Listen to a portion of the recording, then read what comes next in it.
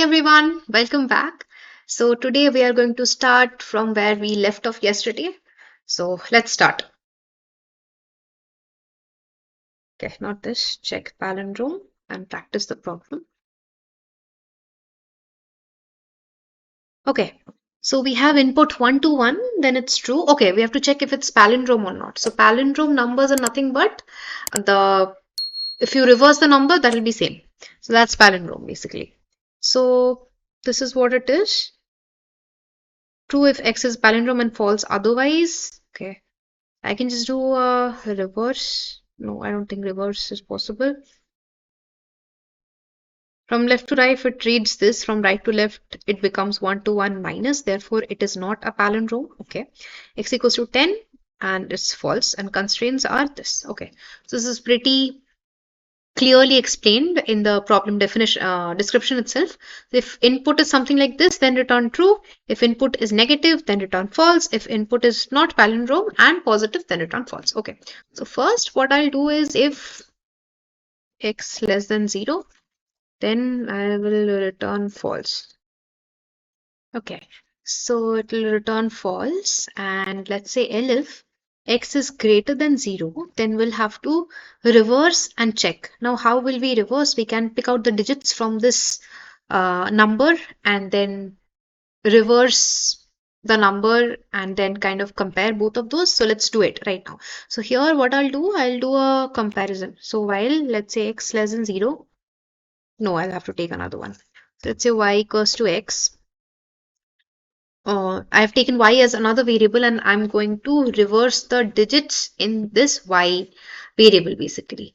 So while y is less than 0, while y not equals to 0, then we'll have number multiplied by 10 plus let's say y mod 10, right? So y mod 10 will essentially give you the last digit of y or x essentially. So 1 to 1, 1 is the last digit which will be added, which will be coming out when we do y mod 10, and then I'm adding y mod 10 with a number multiplied by 10. So what does it mean? Let me just show you. So yeah, number is equals to 0. I have taken another variable which I have initiated to 0. So number equals to 0 into 10, which is essentially 0 plus 1. So that's 1. And y would be y floor 10, right? So y floor 10 is 12.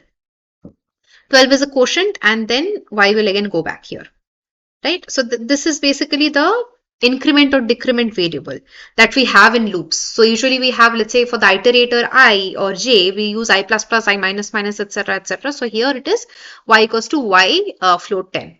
So that's it. And then number is initiated to 0 and then it will keep on increasing.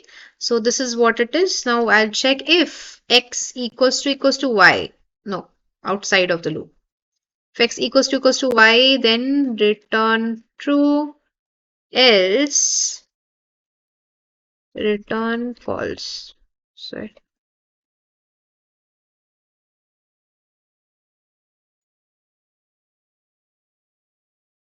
Return false. How about this? I think this is fine. Let's try this. Okay. Syntax error. Expected this where? Oh, there's indentation error.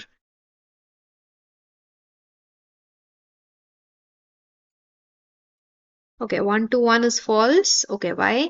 Because L if greater than 0, yes, 1 to 1 equals to 1 to 1, 1 to 1 not equals to 0, number equals to number into 10. This is 1. Y equals to y float 10, that's 12. 12 not equals to 0. Again, 12 by 10 is 2. Mod 10 is 2. So 1, 2 again, and y equals to y float 10, that's 1. Not equals to 0 multiplied by 10. And then 1 upon 10 is 1 and that's it. Your quotient would be 0 and that's it. Your number will end. This is where it is. And if x equals to y, yes, and then return true. Right? Oh, not y, sorry. X equals to number, then true. Okay, let's run. Okay, submit. Okay, one test case didn't pass. If it is 0, the output is false and expected is true. Expected is true. Oh, okay. Okay, because I haven't given anything. For x less than 0, x greater than 0.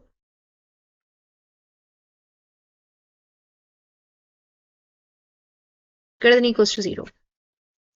If x equals to number, while y not equals to 0, so this loop won't be executed at all. If x equals to number, which it is, then true, otherwise false. Let's submit. This should run. Yes, it's done. Okay, let's move on to the next question. Then palindrome is done. Let's move on to GCD or HCF. So this is something we have done in maths when we were kids. Now let's see. Given two integers a and b, write a function LCM and GCD to compute that LCM and GCD. Okay, so 5 and 10. LCM is 10 and then GCD is 5. Okay, so for GCD and LCM, let's do this in a Pythonic manner. Okay, so define A and B. Okay, so what will I do? So what GCD basically entails is you have to keep on taking the remainder until and unless the remainder is dividing the other number completely, right? So that's what it is. So we will take, let's say if A is greater than B. So if A is greater than B, then we will take, let's say A is a higher number. So A will become B basically, and B will become the remainder. So A will become B, and then B will become A mod B, right? And that's it. Oh, while, of course, while A by B not equals to 0, equals to 0, right? So that's what it is.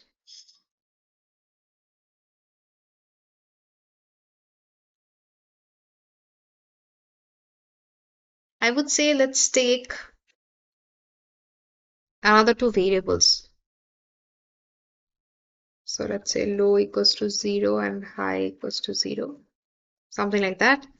Then if this equals to this, and let's say high by low, or let's take it here.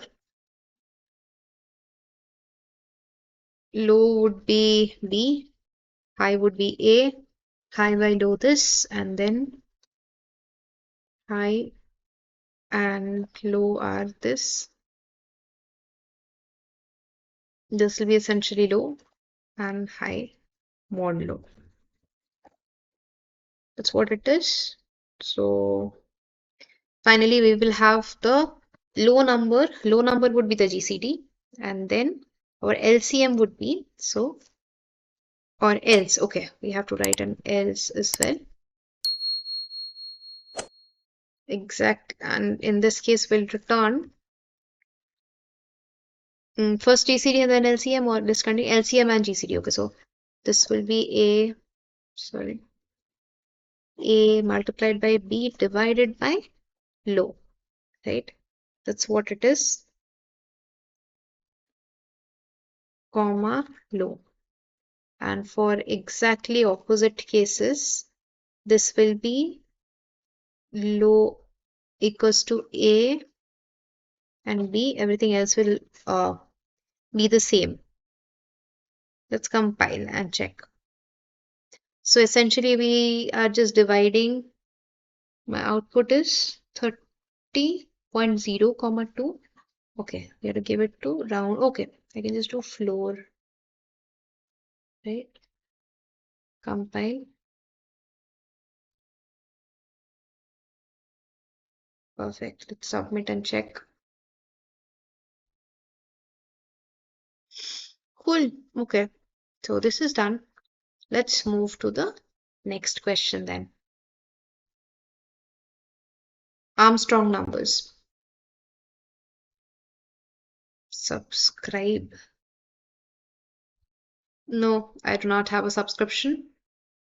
That's fine. We can practice some Armstrong number from the document itself. So the example would be 153 output is true because 1 cube plus 5 cube plus 3 cube equals to this plus this plus this equals to 153.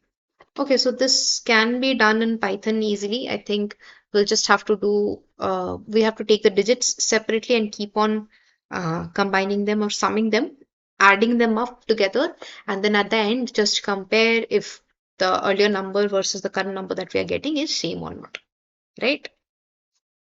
So let's do this in Jupyter because we do not have a premium membership of LitCode. So I'm just checking it here. So let's say I'll just take n equals to input of number, right? And then we'll define, let's say Armstrong n, and we will be doing something like if so while say n is not equals to 0, not n, we'll just take something like a temp equals to 0 or something. Or let's take -1 and then take temp not equals to 0, and then temp would be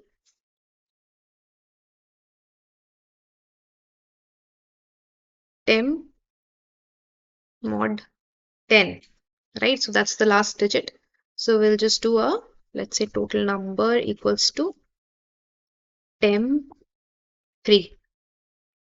So number,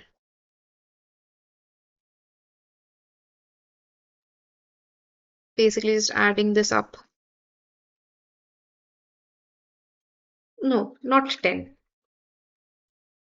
Number plus a number should be 0 always. A number equals to number plus temp to the power 3, and then temp by this, right? Completely just complete this 1 to 1, 1 to 3, whatever, and after that if check if n equals to number, then return true, else false, right? So that's what it is. Let's write 153. Okay, it's not returning anything. Oh, because I have not called the number. Let's write something like print Armstrong n, sorry.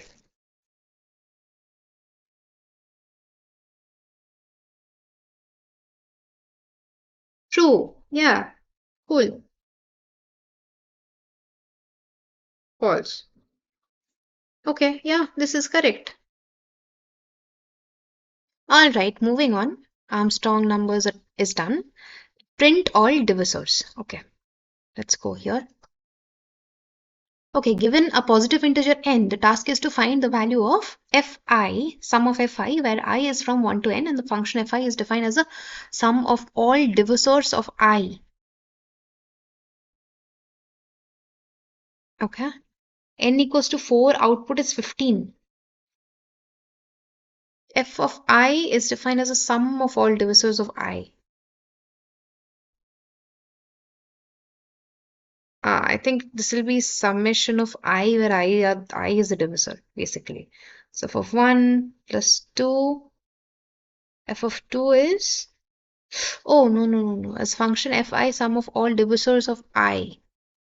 If n is 15, n is 4, then for 1 it's 1, for 2 it's 1 plus 2 equals to 3, for f3, 1 plus 3 equals to 4.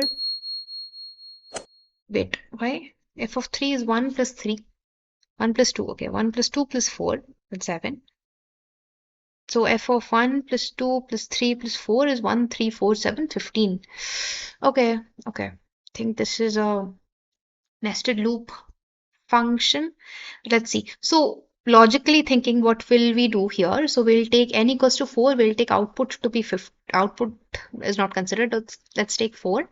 So for 4, our iterators starts with 1. For any number, it starts with 1 basically, and the range is 10 to the 5 to 10,000. Okay, so from 1, So divisor of 1 is 1 only, right? And then we'll have, I can do it in n square, but can we do it in, do we need to do it in less than that? Okay, so what I will do in n square, time complexity, is for I in the range, let's say 0, comma n, or just n is fine. And no, n plus 1, because we have to take divisor of this as well. Again, for j in range of 0, comma n plus 1. So what will happen is that for not 0, we'll take 1. So basically divisor. So if I is divided by any of this, then we will take that. That is a sum, total sum, right?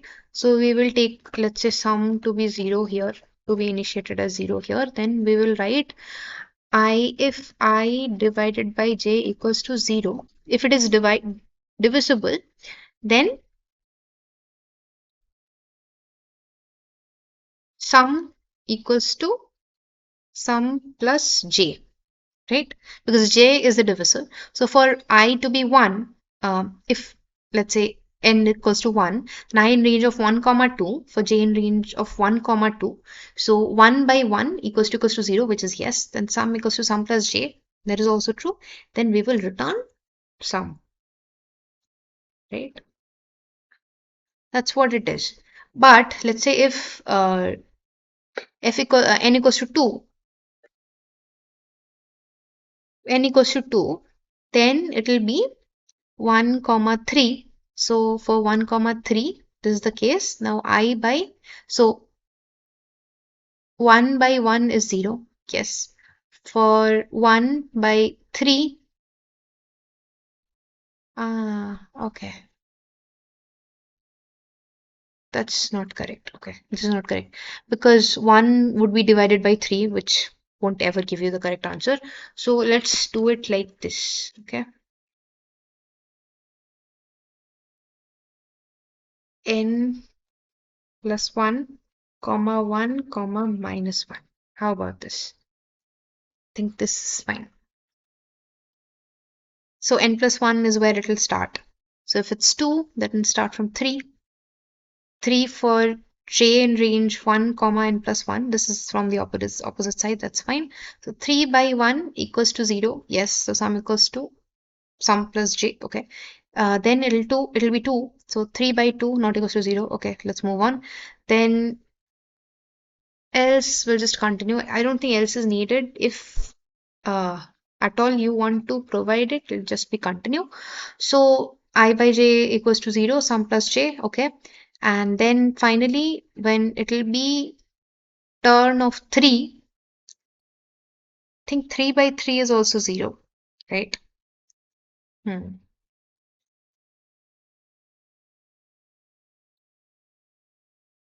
that's fine. We can just do this way. Yeah, I think this is fine. I would be starting from n plus 1, comma 0, comma minus 1. Yes. N plus 1 can be 5. Yes. Comma 0.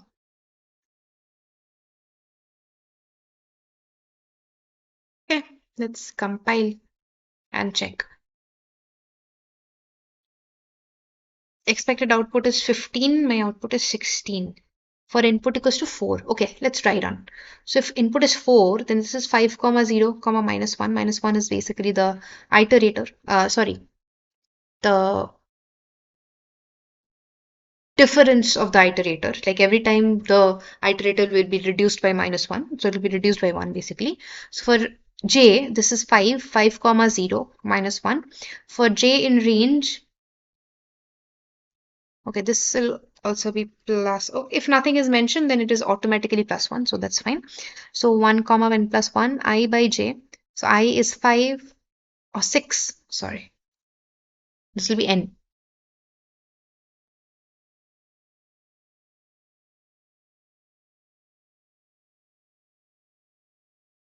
5, not 6. 4, not 5. Yes, let's submit and check.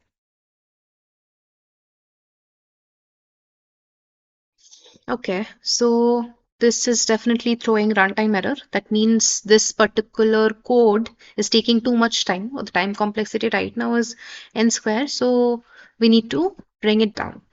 So let's use one other methodology. Let me comment this code out and I will show you how we can do this in n log n time complexity as well, which is lesser than n square.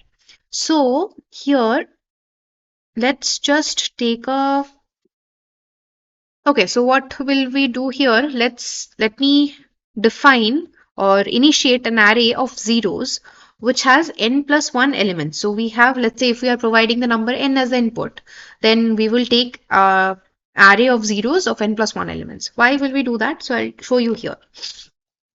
So let's just do I in range say 1 through n plus 1, right? And that's fine. So 1 through n plus 1, I will increase in one after one manner. But what will I do for j? For j, I will do for j in range, I will take starting from I. So, and then I'll go till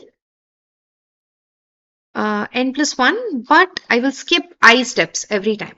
Now, what do I mean by that? So basically, what are we doing? Let's say if I is 1, then j will also move from 1 to n plus 1 in like every step 1 2 3 4 like that. But let's say if I is 2, then j will also start from 2 and it will skip 2 numbers at one step. So basically it will start with 2, then it will move to 4, then 6 8 like that. So basically we are considering 2's table in this particular for loop. And similarly for 3, 4, it will consider 3's table and 4's table. So it's not taking all the elements, but rather skipping the ones which cannot have any, which cannot be the divisors of the overall number n.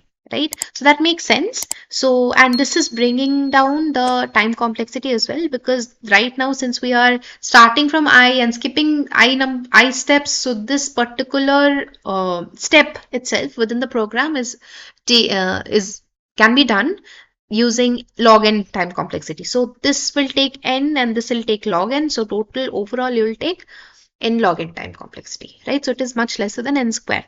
So let's see what we can do from here. So we'll take this and after that, let's say if pretty much it remains the same. So if I by j, I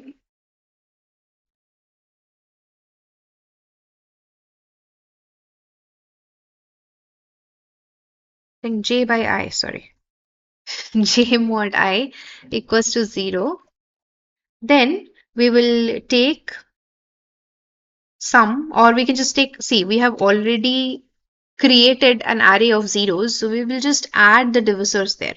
So we can just add something like I, right? So I is a divisor here. So divisor plus equals to I and j will be skipped by I steps here.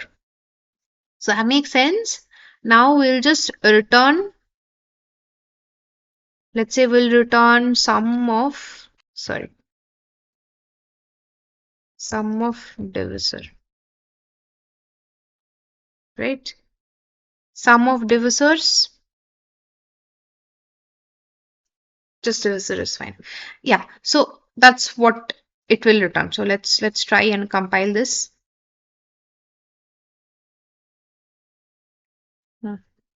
Sorry. This is not iterable. That makes sense. Oh, sorry, I have not initiated divisor. So divisor and divisor's jth element will be added with I number. And then at the end, we'll just say sum of divisor equals to this. Right? Okay, my output is wrong. Let's see, where did it go? Wrong. Okay, I've got it. So see, divisor j equals to plus I, no, plus equals to I. That means it will be added in place. What I was doing till now, I was replacing.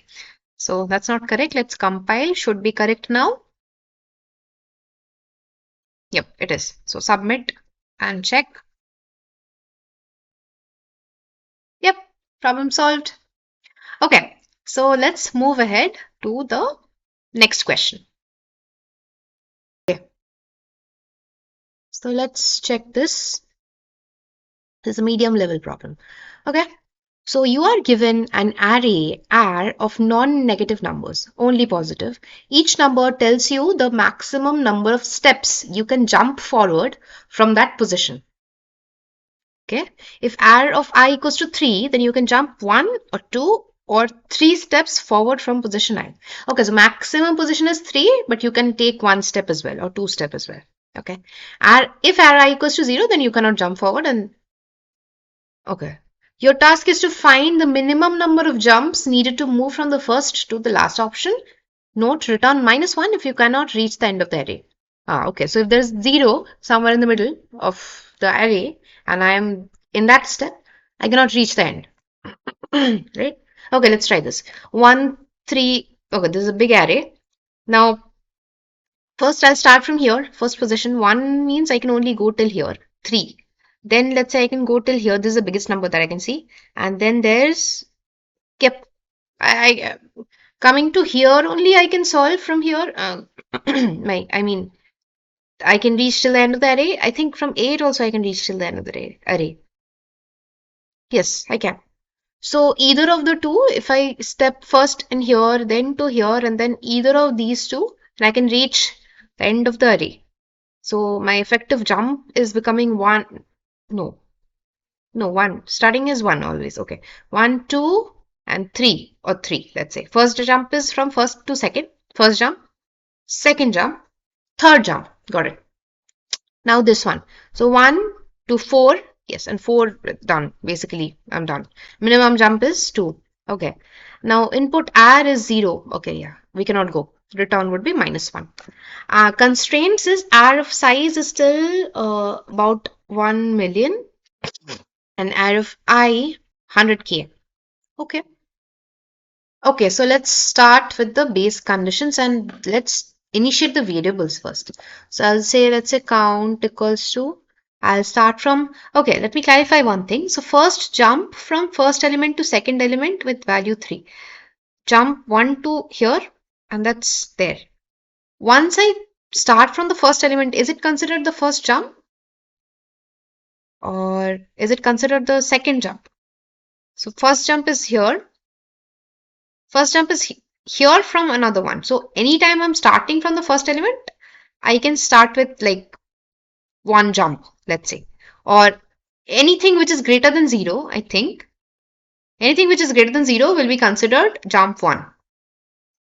Okay, then my base condition would be if ARR 0 equals to 0, then return -1, else everything is 1. Think, because otherwise if it's even 1, and since these are non-negative, if it's even 1, then my jump will be 1. And let's say the array ends here, contains only one element. Let's say the array contains only one element, 1, and that's it. Even then my count would be 1. So count will start from 1. Other than anywhere if, R 0 is equals to 0. Or let's say if R, okay. So if say length of R equals to 1, less than equals to 1 or something like that. If it's 0, it's an empty list or contains only one value, then I'll return 1, right? Otherwise, I'm starting from count to be 1. That makes sense? Then I'm going to initiate 2 other variables, let's say max steps, possible max steps that I can take, which can be, let's say I. Okay, I have to write I as well. I would be, I think I don't think I is needed here. Let's just do R of I at the initiation. Or R of 0. Yes, I'm starting from 0, right? So, and then I can do max steps R of 0 and then I can do steps equals to R of 0. So, steps would be something which is my steps which are left. Okay, so while I less than length of ARR. Okay, that makes sense because we have to traverse the whole array. And then let's say if I equals to length of ARR minus 1, then return 1, return count. Yep. Think other than that, my max steps would be max of max steps, comma. So at each of the steps, I'm reconsidering what will be my next best move. I'm not thinking about the future, not thinking about the past. I'm just thinking, okay, if I'm standing in this particular step, which is 5, the element is 5 and my index is 2. So the next possible steps that I can take is 2 plus 5, 7 or whatever I had already. So let's say if I'm coming from here, so that was 1 plus 3, 4, 4 comma 7. So 7 is obviously higher. So I can go the extra next 7 steps. So I will always take max of max steps, comma, let's say I plus ARR of I. That's what I'll take. Okay, while, or I can just start from, okay, while is fine. If while is that, I think we have already considered max steps of R0 and steps R0 and stuff like that. So I can start I from 1 directly. So this one is there. Whatever be the number, let's say it can be 9 or 10 or 11 or whatever. So max steps is already has already considered that, steps has already considered that, count is also 1. Anything greater than 1 is at the first element will be initiating these 3 variables, and then I can start from in directly the second element. So max steps is this, yes, and then my steps would essentially keep on reducing, steps minus 1, right? And then my final, I think if condition would be something like if my steps equals to 0. So steps is nothing but when I'm iterating through the loop. So max is what is the max number of steps that I can take at any given point of time, and steps is, let's say, whatever number of steps I have taken already based on my max steps, right? So let's say, just to give you another example, so let's say I'm standing here, 3 plus 1 is 4, that's my max steps here, 1 being the index of the array. So 4 means I can take another 4 steps here. So I can take 3 steps, but essentially I can go till the 4th position, right? 1 plus 3 is 4. 4th position would be this one, 0, 1, 2, 3, 4. I can go till this area. Now within this 3 steps, within 3, like once I was standing at 3, the next 3 possible elements were these 3. Now when I'm at 5, my next 7 possible elements are these. So till 7. So this was till 4, 5, 6, 7. I can go till here. Till this, I can check what is the maximum element that I can take. So this is again a greedy approach. We are thinking about only that particular steps, whichever we are standing at the current moment, not thinking about past or future. And that's how we are moving towards the end. So if steps equals to 0, so let's say if steps is negative, at the moment since steps was 4 and I have reached here, then steps is becoming 0. I cannot take any further. So I have to choose from either of these 3, and based on that, I have to calculate my next move. That's what I'm doing. So steps is this, and so at this step, my count would be plus equals to 1, and then my steps would be max steps minus I. So max is how much we can take, and I is where we are standing at from the loop perspective. That's it. And then another piece, what I'm thinking of, another check that we can give is, let's say if my I is greater than max steps at any point in time, then I'll return minus 1. Why? Because let's say if I'm standing here somewhere, my I is, let's say 2, 3, 4, and 4 plus 6 is 10.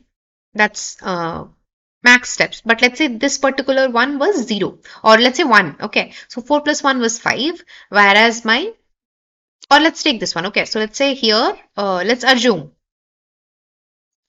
let's come this one. Let's come to this particular element because this is a small one. That's why it will be easier for me to explain.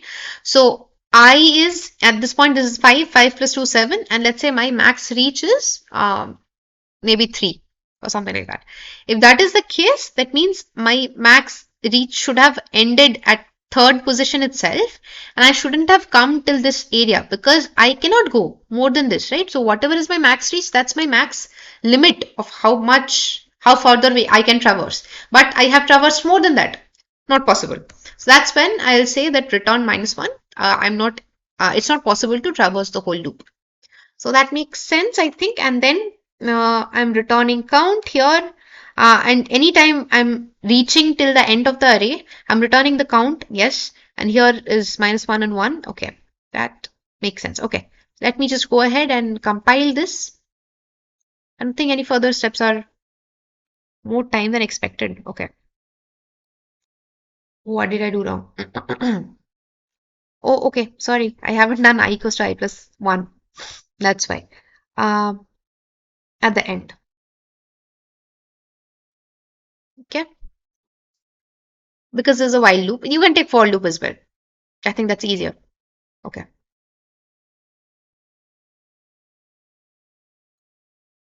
Okay. 1, 2, 0, 0, 0. I don't think correct output is -1, right? My code's output is -1. Okay. Okay. That's not correct. So 1. So starting at these are fine. Count is 1. Okay. So let's just iterate through this. Okay. So I would be 1. Max steps is max steps. Okay. Let's write it. 1, 2, 0, 0, 0. These are the elements. This is the index 0, 1, 2, 3, 3, 4. Okay. So I is 1. Max steps is max of max steps at the first was 1. Okay, fine. Then at the starting, when I is 1, then this is 3. Okay, so max steps becomes 3. Steps becomes steps -1. Steps was 1 and steps becomes 0. Then count is nothing. Steps is 0. Yes, already. So count is plus equals to 1. Count is 1. Steps equals to max steps minus I. 3 minus 1 then becomes 2. If I greater than max steps, no. I plus 1. Again, iterating. 2. I would be 2. Max steps it would be 3 only. Then steps minus 1 becomes 1, not 0. Count is 1. Okay, this is 3 third step. This is also 3. Then max steps is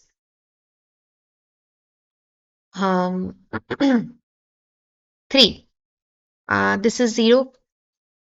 Count is 2.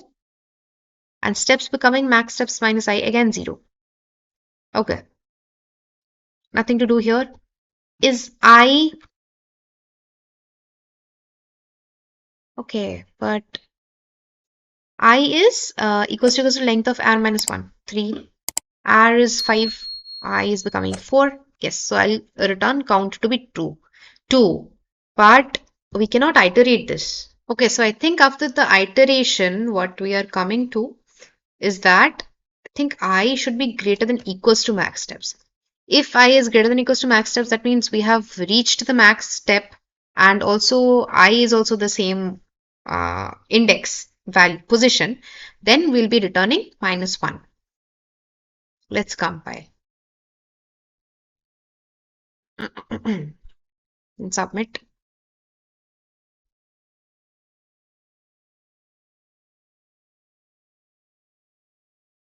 Cool. Okay, so we have solved this. Took some time, but hope you understood. And that was all for today. We'll meet you in the next one.